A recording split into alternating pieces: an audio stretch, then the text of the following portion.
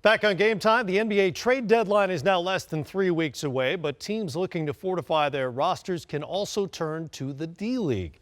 And so that's exactly where veteran guard Nate Robinson is turning. Robinson signed a deal with the D-League and awaits his team assignment, and Nate is with us here on Game Time from Seattle. Nate, good to have you with us. I know you're going to wait a few days to find out where you're headed. When you reach your destination, what do you hope to show NBA teams when you get there? Well, thanks for having me, first and foremost. Appreciate you guys, wanting to talk to me. But, I just bring a lot of energy, scoring, playing hard, passion, hard work, to any team. So you got to start from ground zero and build your way back up to the top. So that's where I'm at right now. Well, obviously, to NBA teams, you're a known quantity. So what do you think they'll be watching for when they see you on tape or in person? Well, whatever it is, I just hope they're impressed and, they figure that I can help a team, whatever team that is. I'm just looking for another opportunity just to, to rewrite my legacy, to help another team, get to the playoffs, win a championship, because, it's about winning, it's about playing the right way. And I think I do that, and I think I can help any team in the NBA right now. Nate, it's Mike Fratello. You and your agent, I'm sure, have sat down and looked at the rosters. Are there any particular teams that jump out at you where you say they really need help and I could provide them with what they need? There's a number of teams. It goes to Portland, it goes to the Cavs, Clippers. I just say any team. Philly. There's a lot of teams that can use my talent, use my energy, and what I bring to the game, what I bring to the table. But hopefully I get the opportunity. God, He's blessed me so much. I can't ask for any more. But to get another run at it and show them that I can be the player that they know I can, similar to what my guy Isaiah Thomas is doing, which is bringing that fire every night. That's something that I think I did. When I was in the league. That's a given. So I just want to be able to come in, be a good veteran, lead by example, help the young guys, and just, play my butt off for whatever organization that wants to have me come aboard. Nate, this is Grant Hill. I'm curious, as you, and this is a tough question, I must qualify by saying this, but as you start playing with the D-League, you don't know what team you're going to yet, but what's your mental approach? Like, what do you think you'll be in terms of how? Mental approach Yes. would be just to, come in just like a rookie all over again, bro. Just to be honest with you, just come in and just be thankful and blessed and, thank God for that opportunity just to even be down there playing and to showcase myself and what I can do. I don't think, for me, it was just something that either I'm going to humble myself or the Lord's going to humble me. And I'd rather pick myself to humble first before God does. So, right now I'm just humbling myself and just, continue to wait my turn and have faith that, something good will happen out of it. And I believe that. You played in the NBA last season briefly, a couple of games with the Pelicans, and spent some time in Israel as well. I believe it was 14 games. What was your experience like over there? Because a lot of players go over and just don't like being away from home. Others really embrace the culture and enjoy it. For me, home is where I make it. It's not, I know where I'm born, I know where I'm raised, so as long as I got that in my heart, my mind, it'll never leave me. I just want to go play basketball, man. I love the game. That's something that I do know about myself, is that I just love the game so much that I'll play it wherever. It doesn't matter what level, where, around the world. I just want to play and I want to have fun, and I love to just be myself while I'm out there. And Israel gave me that chance, and it was fun. The city, the whole country, they loved me.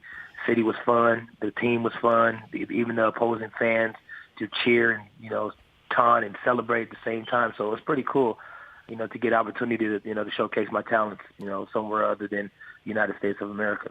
Well, we can't let the only three-time slam dunk champion in NBA history get away without asking you a couple of dunk contest questions. If you start playing early next week, presumably you'll be available for the D-League dunk contest in New Orleans if you want to participate. Are you interested in that, A? And B, do you have any thoughts on this year's NBA dunk contest and who your favorite is? Well, no, I did all the dunking I needed to do, and I've accomplished so much, man. Like I said, man, I can't ask, God for any more, man. I'm blessed with not just one, not two, but three slam dunk titles, man. The first man to ever do it. It's something I wanted to do as a kid, but it doesn't stop there, man. There's so much I can give, to a team, from being an inspiration, a little guy that beat all the odds growing up as a kid. People telling me I couldn't do it, I couldn't make it, I was too small, not strong enough, not smart enough. And I did 11 great years, man. I wouldn't trade it for nothing. But, I don't want to go out like I'm going out right now. I want to be able to rewrite, how my story ends, man. And, this is a great opportunity to go down to the D-League, humble myself, and start from ground zero and make my way back up to the top and show them that no matter what, you can't give up. You got to keep fighting for what you believe in, and the respect that you want. You got to go out and get it, and that's what that's my plan. And on this year's dunk contest, DeAndre Jordan, Aaron Gordon, Derek Jones, Glenn Robinson III. Who you got? Ooh, those are some good names, man. I probably would have to go with Aaron Gordon for sure. Him and Zach LaVine should have shared it last year. Yep. That was fun. I think that would have been a nice dunk contest. I could have shared the contest, shared the trophy, because that was probably one of the best dunk contests I've ever seen with my own two eyes.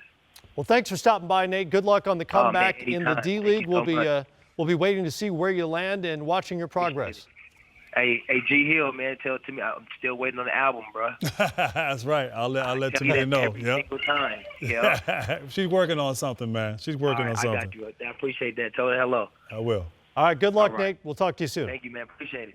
All right, Nate Robinson with us, who, by the way, had a 46-point game in those 14 games in Israel.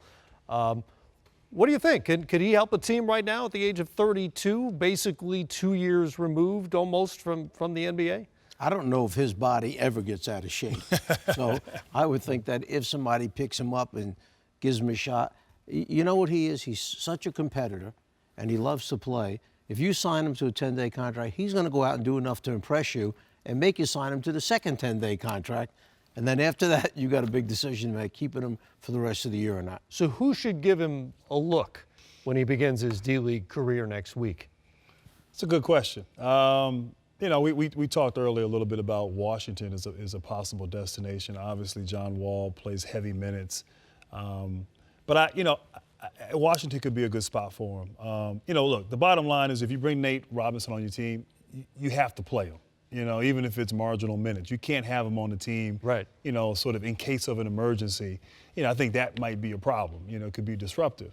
He wants to play. I know he's talked about being humble, and I respect that he's going the D-League route to show that he really wants to be out there. But he's a guy that the regular season is one thing, but in the playoffs, he's a guy that can win a game for you in a series. He can get hot. He's an emotional player. And he just, as you said, he's a competitor. He plays 100 miles an hour on every possession. And so bringing him off the bench on a playoff team, winning a tough game, you need a bench to win a game for you, as they say, in a 7-game series.